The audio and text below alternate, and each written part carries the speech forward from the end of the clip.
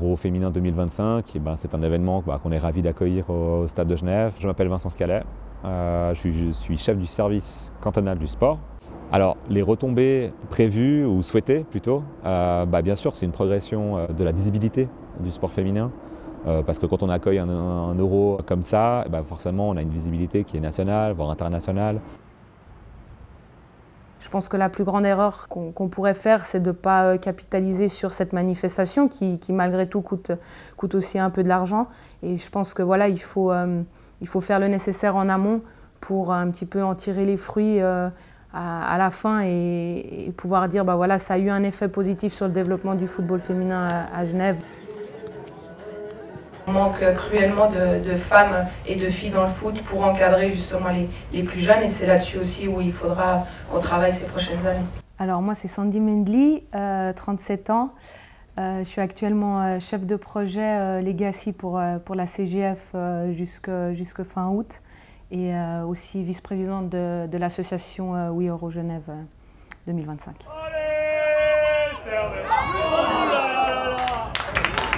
Il n'y a pas que le foot en fait, que justement l'Euro ce sera 4 semaines de fête, que les gens vont pouvoir venir dans les stades, vont pouvoir faire un super été dans toute la Suisse, mais surtout aussi mettre vraiment le point sur la ville de Genève, sur le canton, qu'il y a plein de choses à voir, que c'est un terrain de jeu à ciel ouvert. Licenciés et encadrance, c'est-à-dire pas forcément la réponse. J'ai toujours commencé en fait, avec les garçons à l'âge de 6 ans, en dehors, où on disait ah mais c'est une fille, c'est un garçon manqué, elle fait du foot, donc en fait elle ne sait pas jouer. Donc Sandrine Bourron, joueuse encore actuelle du Servette FC chez moi féminin, de l'équipe nationale comme vous avez dit, et ambassadrice pour l'association justement Euro Genève donc 2025. On s'implique beaucoup, comme je l'ai dit, toujours un peu vis-à-vis de l'image sportive, de montrer sur le terrain aussi un exemple, d'être un peu un modèle pour la relève. Aujourd'hui, il y a un développement du sport féminin. Il ne faut pas oublier que historiquement, c'est que le sport a toujours été créé par les hommes, pour les hommes. Et donc du coup, aujourd'hui, on a une sorte de changement. Typiquement qu'à la course de l'escalade, aujourd'hui, il y a plus de pratiques féminines que de pratiques masculines. Je dirais 2 objectifs principaux par rapport à l'Euro féminin. Le premier, c'est déjà organiser une grande manifestation à Genève. Deuxième objectif, évidemment, c'est un objectif qu'on appelle d'héritage, c'est-à-dire l'utilité de la manifestation pour la population genevoise.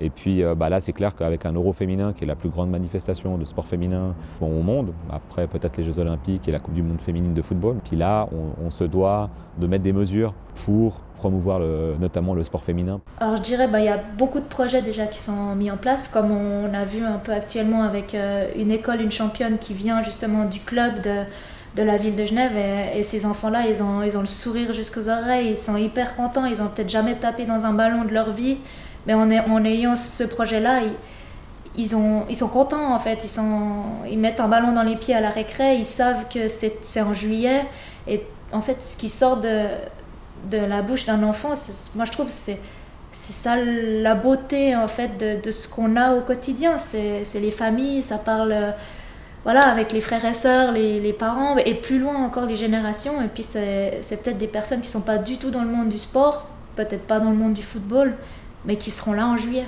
Par expérience, dans les autres pays qui ont pu accueillir ce genre de compétition, généralement il y a un grand boom de licenciés. C'est vrai que c'est là aussi un petit peu où ça pose problème à Genève, parce qu'on se rend compte que la plupart des clubs sont clairement en sur-effectif et saturés de joueurs.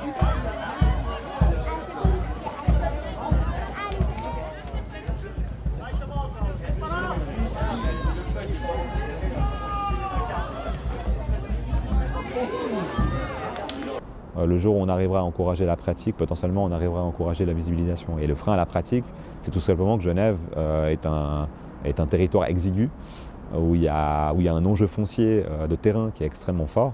Un terrain de football, ça prend de la place. Ceci dit, je pense qu'entre le football féminin et le football masculin, aujourd'hui, on doit pouvoir arriver à faire des choix forts, pour laisser plus de place en fait, au football féminin, pour améliorer la pratique, mais aussi pour améliorer la visibilité.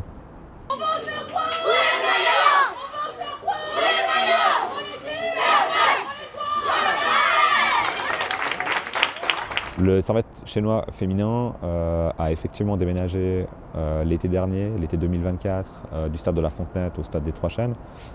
Cette équipe est la meilleure équipe du pays en 2024. Elle a fait le doublé championnat de Suisse, Coupe de Suisse, donc elle a tout gagné. Et aujourd'hui, alors qu'on était à une année d'accueillir la plus grande manifestation nationale qu'on n'a jamais organisée en termes d'impact, eh bien, on avait une équipe féminine professionnelle qui s'entraînait dans des conditions qui n'étaient pas à jour. Alors c'est vrai, quand j'étais en Allemagne, toutes les joueuses du contingent complet étaient pro à 100%. Je dirais que c'est sûrement là où on pourrait mettre aussi un petit peu plus. J'ai l'impression qu'à Genève, on a vraiment tout. Mais des fois, il y a une énorme différence entre un peu le bas de classement et certaines équipes où c'est pas professionnel. Et c'est presque dommage où la plupart des joueuses, elles ont un travail à côté, ce qui est logique, et que le niveau de performance, on le ressent aussi lors du week-end. C'est important d'avoir des diplômes, ça c'est sûr, avant de partir un peu dans le monde de la carrière professionnelle dans le sport. Surtout un peu dans le monde du foot féminin. Si on prend l'exemple en Europe de l'Olympique lyonnais, Jean-Michel Aulas, il a décidé il y a bientôt 15 ans d'investir dans le foot féminin alors que personne ne le faisait encore. Et puis on a vu où ça l'a amené. Ensuite, il y a d'autres clubs qui ont suivi. C'est sûr qu'en Suisse, actuellement, il y a 2-3 clubs qui ont commencé un petit peu à investir et à essayer de professionnaliser leur structure. Malheureusement, ce n'est pas le cas de tous. Mais si on vise le haut de classement comme le Servette FC chinois féminin, qui est pro, je trouve, presque de A à Z, on va dire. On s'entraîne tous les matins, donc tous les jours, on a l'entraînement autour de 9h30. L'objectif, c'est de finir un peu autour de midi pour que l'après-midi soit en fait du repos ou éventuellement une autre activité, comme vous l'avez dit, un peu un travail ou autre à côté. D'autres personnes ont des études ou sont à l'école. Il y a des allègements un peu pour les jeunes qui sont encore à l'école obligatoire. Il y a très peu de filles ou de femmes qui s'investissent dans le foot, que ce soit en tant qu'entraîneur, qu'arbitre ou même dirigeante dans les comités. Et c'est vraiment d'essayer de faciliter ces accès et le fait que les filles s'investissent. Donc là, actuellement, typiquement, on va ouvrir des cours 100% féminins de formation d'entraîneur avec un cours d'animatrice 100% féminin qui aura aussi, pour la première fois, qui abordera une thématique féminine à 100%. Pourquoi le faire ? Pas pour exclure une forme de mixité, mais c'est pour s'assurer finalement que les femmes aient aussi en fait accès à cette offre, pour éviter aussi que des fois de se retrouver entre femmes, il y a peut-être des choses, il y a peut-être une certaine confiance aussi qui se met en place, il y a peut-être aussi une forme de liberté qui se met en place, et puis peut-être que ça va permettre en fait aux femmes d'être plus en confiance en fait dans leur pratique sportive. Et c'est vrai que nous on le voit dans le cadre de la prestation Je découvre le mercredi, on réserve des prestations uniquement à des filles. On doit encore faire des efforts, beaucoup d'efforts, pour que en fait, la visibilisation soit finalement autant que dans le sport masculin. Il y a de la progression, les événements comme l'Euro féminin participent à cette progression. Maintenant, la question c'est est-ce qu'on va assez vite? Moi, j'ai plutôt tendance à dire non.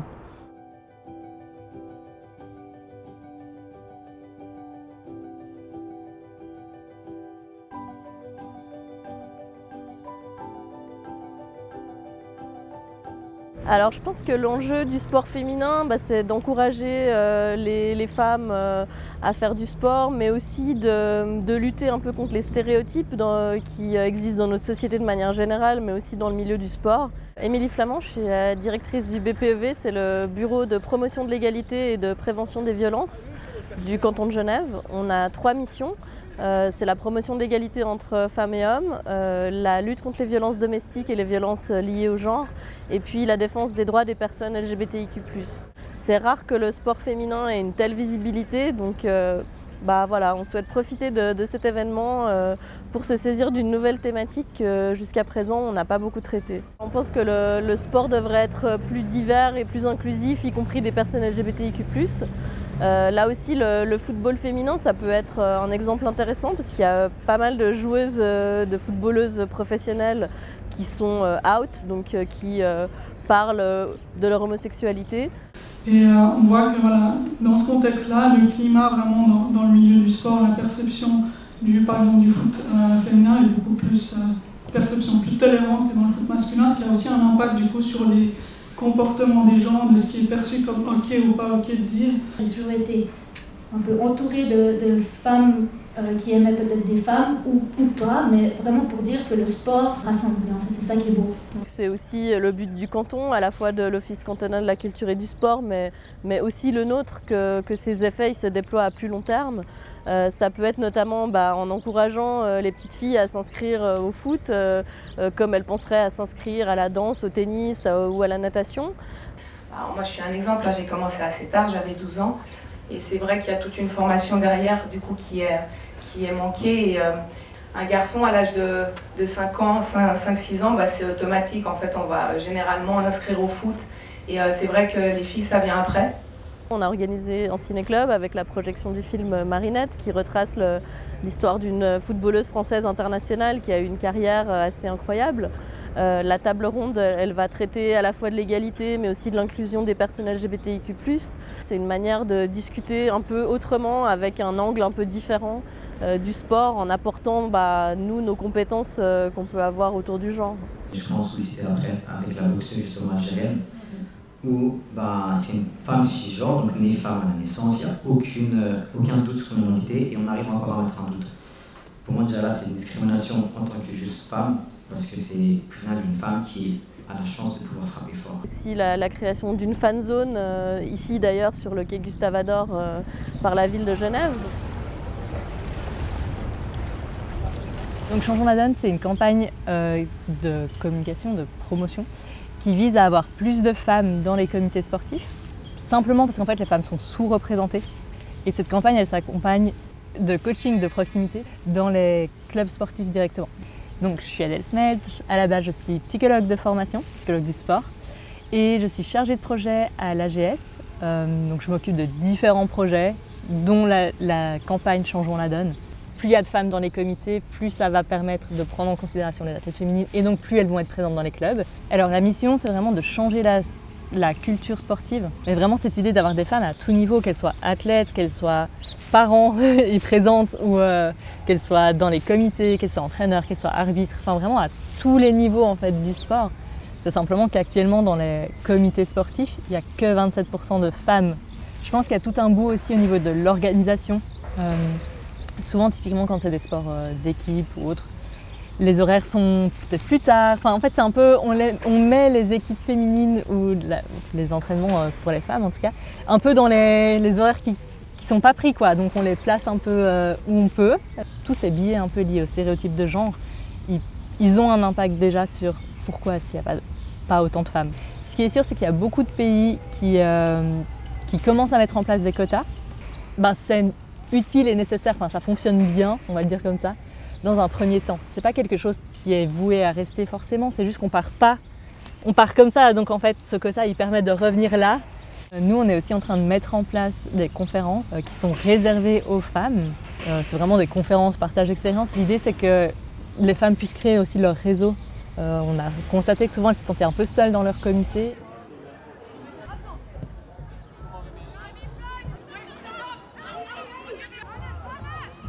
Les femmes représentent seulement 4% de la place de toutes les publications dans les médias sportifs. Et je trouve que c'est forcément minime et forcément, du coup, en termes de représentation, on se dit moins, une femme peut faire du sport. Qu'on a eu à l'entraînement, l'ambiance était totalement différente. Donc vraiment, votre idée, ça va être d'avoir plein d'images. Sur le terrain, etc., les joueurs ensuite qui donnent leur impression. Lucarne Grenat, c'est un média bénévole et amateur qui couvre les clubs Grenat, que ce soit Servette FC, Genève Servette, et également Servette FC CF. Et on est 35 bénévoles dans l'association. Et vraiment, on commente les matchs, on fait des interviews d'après-match, des reportages. Alors, je m'appelle Victor Perrin, je suis vice-président de l'association servetien.ch et rédacteur en chef du média. Alors servetien.ch, c'est un média associatif qui couvre l'actualité du Servette FC et l'actualité du Servette FC chinois féminin. Et la ville de Carouge, en gros, nous a répondu et nous a dit concrètement, on n'a pas d'argent à vous donner pour de la recherche de fonds, mais on a quelque chose à vous proposer, on a une collaboration. On aimerait faire des ateliers de journalisme sportif en vue de l'Euro 2025 Et du coup, ils nous ont demandé, voilà, est-ce que vous seriez OK de donner des cours? Est-ce que vous vous sentez légitime? Parce qu'on cherche un média pour faire ça. On se positionne en complément de l'information qui est déjà diffusée sur le Servette FC et le Servette FC Chénois féminin, tout en essayant d'amener aussi notre patte, notre vision, nos critiques si elles existent et si elles sont justifiées évidemment. Ouais, l'idée aussi de donner ces cours de journalisme sportif à des filles, c'était aussi, nous, c'est quelque chose qu'on veut mettre en avant à Lucarne, mettre le sport féminin en avant, c'est aussi pour ça qu'on couvre le Servette FCCF, et puis mettre aussi ce métier de journaliste sportif un petit peu plus accessible pour des filles, parce qu'on voit clairement quand même que dans ce journalisme sportif, c'est un métier qui est encore malheureusement un petit peu trop réservé aux hommes. Nous, notre rôle aussi, c'est de faire en sorte de faire des ponts et des liens. Par exemple, nous avons cette année voulu, quand c'était possible, envoyer des reporters ou des reportrices avec l'équipe nationale.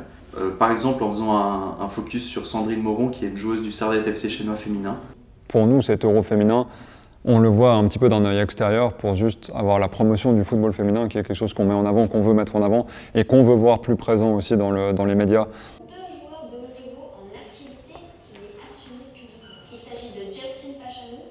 Il n'y a pas trop de médias traditionnels qui sont sur ces matchs, à part pour les grands événements. Et c'est un super terrain de jeu parce que en fait, la présence des grands médias est moindre. Le club nous soutient beaucoup dans notre initiative. Mais je pense que c'est encore un peu le journalisme, un milieu très masculin. Il y a peut-être une appréhension. Et je pense aussi notre rôle, c'est de montrer qu'elles ont toute leur place. Quand on voit que les grands médias font pas une couverture, je trouve, à la hauteur de l'investissement de ces joueuses, et du talent qu'elles ont, ça prouve déjà que voilà, l'un des freins, c'est, je pense, une question d'argent et d'intérêt. C'est clair que si demain la Tribune de Genève dédie 5 pages qu'au foot féminin, ça va un peu moins bien marcher et pour eux, disons qu'ils ne peuvent pas prendre ces risques-là. C'est vrai que nous, on a beaucoup de liberté, c'est-à-dire que nous, au pire, on fait un peu moins de likes, mais ça ne va pas changer grand-chose pour nous.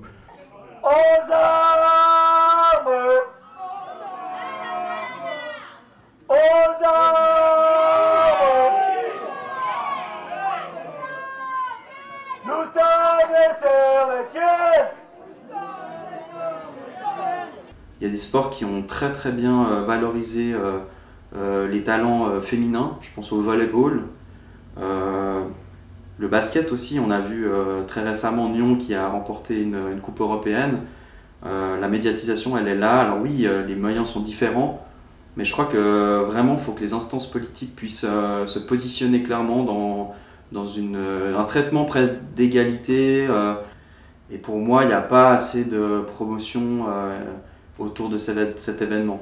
Je pense qu'aussi, alors je prends un exemple plutôt masculin, mais je vois la MLS, donc chez les hommes, qui ont une capacité d'attirer finalement un public autour d'un sport qui est finalement pas le premier sport le plus suivi dans ce genre de pays, et on voit que la stratégie médiatique elle est très puissante.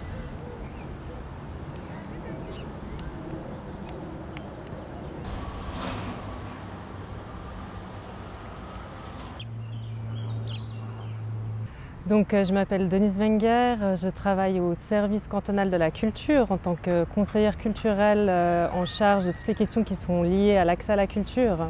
Et alors, qu'est-ce que c'est Champ Libre, une culture en tout lieu? Donc, c'est un appel à projet. Et c'est un appel à projet qui veut soutenir des propositions artistiques ou culturelles qui émanent de professionnels de la culture et qui se déploieraient dans des lieux qui ne sont pas dédiés à la culture. Donc, typiquement, le lieu où on se trouve, par exemple un centre sportif, un stade, ça pourrait être un lieu éligible pour cet appel à projet. Cet appel à projet, ce qu'il souhaite aussi justement, c'est vraiment de favoriser cette rencontre avec la population, avec les usagers et les usagères du lieu qui aura été choisi. Avec la perspective en fait, de l'Euro féminin en 2025, c'est vrai que pour nous c'était une opportunité de collaborer avec nos collègues du service cantonal du sport, parce que finalement on a certaines missions qui se rejoignent, dont celle de l'accès au sport et à la culture. Donc en fait, c'est un jury qui a choisi des projets. Donc, il y a par exemple un projet d'une artiste qui a sillonné les clubs d'une commune pour photographier les sportives dans ces clubs. Alors Grand Écart, c'est une série de photographies de portraits autour du sport féminin réalisées dans une douzaine de clubs sportifs versoisiens. L'idée, c'était de valoriser les femmes sportives, de les rendre visibles, notamment dans l'espace public, puisque les photos sont affichées sur les vitrines du centre culturel Le Boléro à Versoix. Donc Chiara da Silva, je suis photographe, diplômée d'un master en photographie à Goldsmith. Ce concept, cette idée de représenter sur chaque image le nombre de femmes proportionnel au nombre de femmes, en fait, de membres féminines sur 10 pour chaque club. Donc par exemple, si on prend le tennis, il y a 3 joueuses, puisqu'on a 30% de femmes. C'était important pour moi en fait, de présenter ces femmes dans une posture très fière. C'est pourquoi je leur ai demandé de ne pas sourire en fait, sur les photos. Donc le titre Grand Écart fait en fait référence d'abord à une figure sportive évidemment, mais aussi et surtout dans le cadre de ce projet à ces écarts persistants entre le nombre de joueuses et le nombre de joueurs. Et donc ce sont les mêmes questions qui ont été posées en fait aux sportifs qui ont été photographiés et qui ont répondu à ces questions lors de petites interviews filmées par un média de jeunes versoisiens. L'idée c'était à nouveau de laisser ces images assez longtemps pour qu'elles soient vraiment vues par le plus possible de personnes. Elles restent visibles jusqu'à la fin de l'Euro, notamment pendant en fait, les matchs qui seront diffusés dans la fan zone sur la place derrière le Boléro. Il y en a certains qui vont plutôt impliquer la population dans la création même. Il y a plusieurs projets qui mettent en place des ateliers d'écriture, de couture.